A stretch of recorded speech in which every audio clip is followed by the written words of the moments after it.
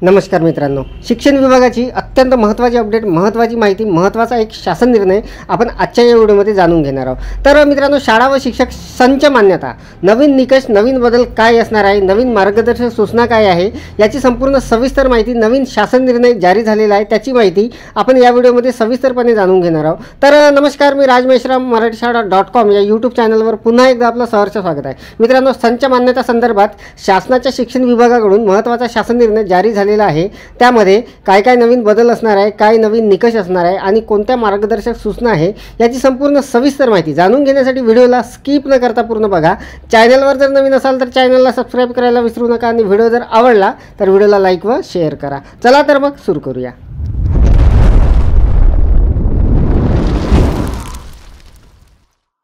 संच मान्यतेसंदर्भात अत्यंत महत्त्वाची अपडेट, महत्त्वाची माहिती आणि महत्त्वाचा हा जो शासन निर्णय आहे हा आता आपण सविस्तरपणे जाणून घेणार आहोत।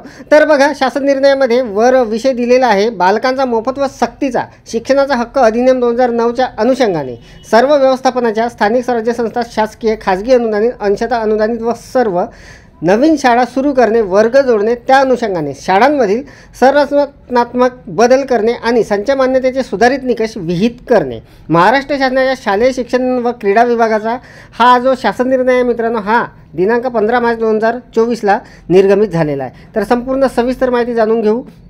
प्रस्तावना केंद्र शासनाच्या बालकांचा मोफत व सक्तीचा शिक्षणाचा हक्क अधिनियम 2009च्या धर्तीवर महाराष्ट्र बालकांचा मोफत व सक्तीचा शिक्षणाचा हक्क नियम 2011 तयार करण्यात आलेले आहे। सदर नियम संपूर्ण महाराष्ट्र राज्याला लागू असतील। सदर नियम कलमनुसार नजीकची शाळा म्हणजे राज्यातील वय वर्ष 6 ते 14 वयोगटातील जात, वर्ग, लिंग मर्यादा ओलांडून सर्व बालकांना मोफत शिक्षण मिळावे या हेतूने उपरोक्त नियम तयार करण्यात आलेले आहे। राज्यातील सर्व व्यवस्थापनाच्या माध्यमाच्या प्राथमिक, उच्च प्राथमिक, माध्यमिक शाळांतील बालकांचा मोफत व सक्तीचा शिक्षणाचा हक्क अधिनियम 2009च्या अनुषंगाने सर्व व्यवस्थापनाच्या नवीन शाळा सुरू करणे, वर्ग जोडणे, त्या अनुषंगाने शाळांमधील संरचनात्मक बदल करणे आणि संच मान्यतेचे सुधारित निकष विहित करण्यासाठी संदर्भाधीन क्रमांक 1 अन्वय शालेय शिक्षण व क्रीडा विभागाचा शासन निर्णय दिनांक 28/8/2015 निर्गमित करण्यात आलेला आहे। सदर शासन निर्णयामध्ये 8/1/2016, दिनांक 2/7/2016 आणि 1/1/2018 या शासन निर्णयानुसार आवश्यक त्या सुधारणा करण्यात आलेल्या आहेत। तथापि सदर शासन निर्णयान्वये करण्यात येणाऱ्या पदनिश्चितीच्या प्रचलित निकषांमध्ये अधिक सुस्पष्टता आणण्याच्या अनुषंगाने सर्व बाबींचा सर्वकष विचार करण्यासाठी तत्कालीन अपर मुख्य सचिव यांच्या अध्यक्षतेखाली माननीय मंत्री शालेय शिक्षण यांनी दिनांक 11/8/2020 रोजी दिलेल्या मान्यतेनुसार समिती गठीत करण्यात आली। मित्रांनो, या अनुषंगाने इथे काही माहिती दिलेली आहे। तर बघा, शासन निर्णय आपण सरळ बघू।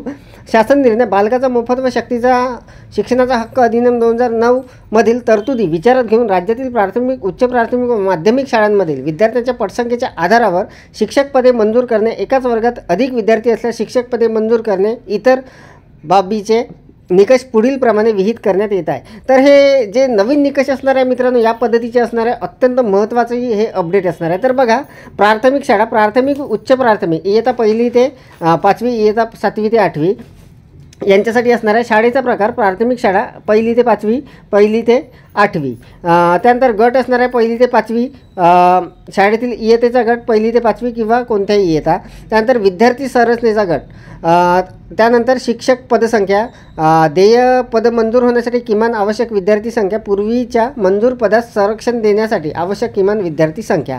तर बघा, 20 ते 60 हे जे पटसंख्येसाठी 2 शिक्षक असणार आहे। मंजूर आवश्यक विद्यार्थी संख्या 20 असणार आहे आणि पूर्वीच्या मंजूर पदास संरक्षण देण्यासाठी आवश्यक किमान विद्यार्थी संख्या 20 असणार आहे। त्यानुसार हा तक्ता मित्रांनो दिलेला आहे इथे। तर आपण सविस्तरपणे याला जाणून घेऊ शकता। तर बघा, 20 ते 60साठी 2, त्यानंतर 61 ते 90साठी 3, त्यानंतर 91 ते 120साठी 4, 121 ते 150साठी 5, 151 ते 180साठी 6 आणि 181 ते 210साठी 7। 210 विद्यार्थी संख्येप्रमाणे RT निकषानुसार प्रति 30 विद्यार्थी मागे 1 पद देय राहील। त्यानंतर 211 ते 250 8 आणि 210च्या पुढे 210 विद्यार्थी संख्येनुसार प्रति 40 विद्यार्थ्यामागे 1 शिक्षक देय।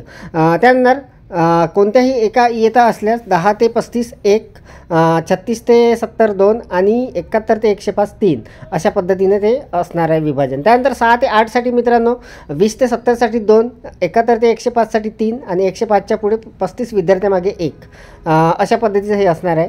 तर बघा इथे काही सूचना दिलेल्या आहे. इयत्ता 1ली ते 5वी या गटामध्ये विद्यार्थी संख्येच्या गटासाठी RT निकषानुसार आवश्यक असलेल्या 30 विद्यार्थी संख्येच्या निम्म्यापेक्षा जास्त विद्यार्थी म्हणजे 15 + 1 16 विद्यार्थी असल्यास पुढील पद देय होईल.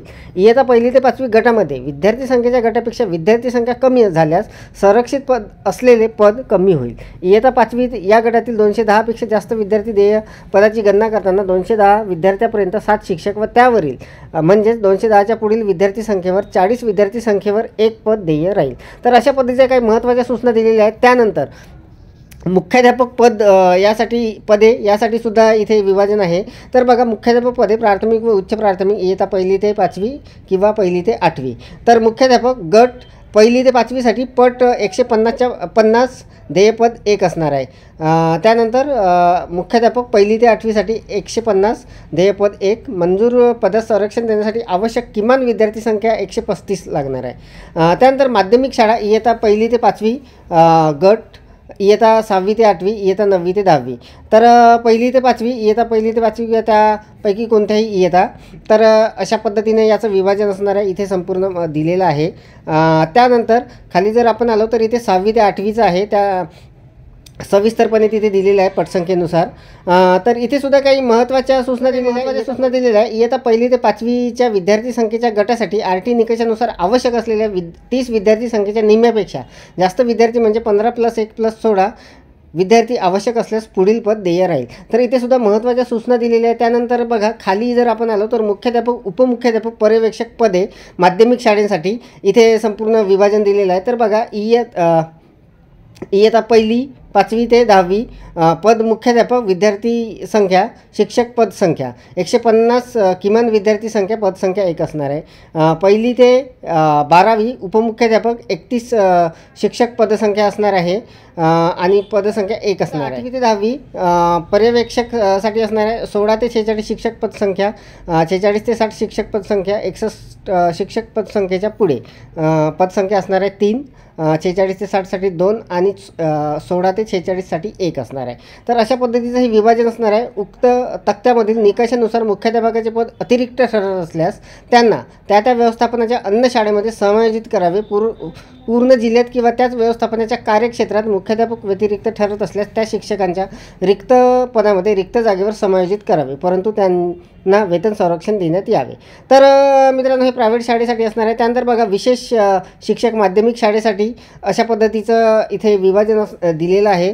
संपूर्ण माहिती या तक्त्यामध्ये दिलेली आहे आणि खाली काही सूचनासुद्धा करण्यात येतील. केवळ आधार क्रमांक प्रमाणित असलेली दिनांक 30 सप्टेंबर रोजीची विद्यार्थी संख्या संच मान्यतेतील पद मंजूर करण्यासाठी विचारात घेतली जाईल. विद्यार्थी संख्येची माहिती शाळांनी 16 ऑगस्ट व शिक्षणाधिकारी तत्सम सक्षम अधिकारी 31 ऑगस्टपर्यंत त्यांच्या स्तरावरील कार्यवाही पूर्ण करतील. संकेतस्थळावर संच मान्यतेची कार्यवाही पूर्ण करून शिक्षणाधिकारी संच मान्यता शाळांना 15 ऑक्टोबरपर्यंत वितरित करतील आणि 15 नोव्हेंबरपूर्वी अतिरिक्त ठरलेल्या शिक्षकांचे समायोजन पूर्ण करण्यात येईल. शाळेत उपलब्ध असलेल्या वर्ग संख्येपेक्षा अधिक शिक्षक पदे मान्य होत असल्यास त्यानुसार शाळेस वर्ग खोल्यांची संख्या आवश्यक आहे. बालकांचा मोफत व सक्तीचा शिक्षणाचा हक्क नियम 2009 मधील भाग 3 कलमनुसार इयत्ता 1ली ते 5वी यामध्ये शिकणाऱ्या बालकांच्या वस्तीनजीक 1 किलोमीटर एवढ्या चालत जाण्यायोग्य अंतराच्या आत 6 ते 11 वयोगटातील किमान 20 बालके उपलब्ध असेल तिथे शाळा स्थापन केली जाईल. इयत्ता 6वी ते 8वीमध्ये शिकणाऱ्या बालकांबाबत वस्तीनजीक 3 किलोमीटर एवढ्या चालत जाण्यायोग्य अंतराच्या व आत व इयत्ता 5वीमध्ये किमान 20 बालके उपलब्ध असतील तिथे शाळा स्थापन केली जाईल. तुकडी व्यवस्था बंद करण्यात आल्यामुळे पुढील काळात इयत्ता 1ली ते 5वी 6वी ते 8वी किंवा 9वी 10वीच्या शाळांना नैसर्गिक वाढ राहणार नाही. शिक्षकांच्या समायोजनाबाबत शासनाने वेळोवेळी निर्गमित केलेले शासन निर्णय आणि महाराष्ट्र खाजगी शाळा कर्मचारी नियमावली 1981 मधील तरतुदी आणि त्या अनुषंगाने निर्गमित करण्यात आलेले प्रचलित निकष कायम राहतील. सदर शासन निर्णयानुसार सन 2024-25 पासूनच्या संच मान्यता करण्यात याव्या. तर महत्त्वाचा मुद्दा मित्रांनो, सदर शासन निर्णयानुसार सन 2024-25 पासूनच्या संच मान्यता करण्यात येणार आहे. हा शासन निर्णय महाराष्ट्र शासनाच्या या संकेतस्थळावर उपलब्ध करून देण्यात आलेला असून याचा संकेतांक हा आदेश डिजिटल स्वाक्षरीने सांक्षांकित करून काढण्यात येत आहे. महाराष्ट्राचे राज्यपाल यांच्या आदेशानुसार व नावाने तुषार महाजन, उपसचिव महाराष्ट्र शासन.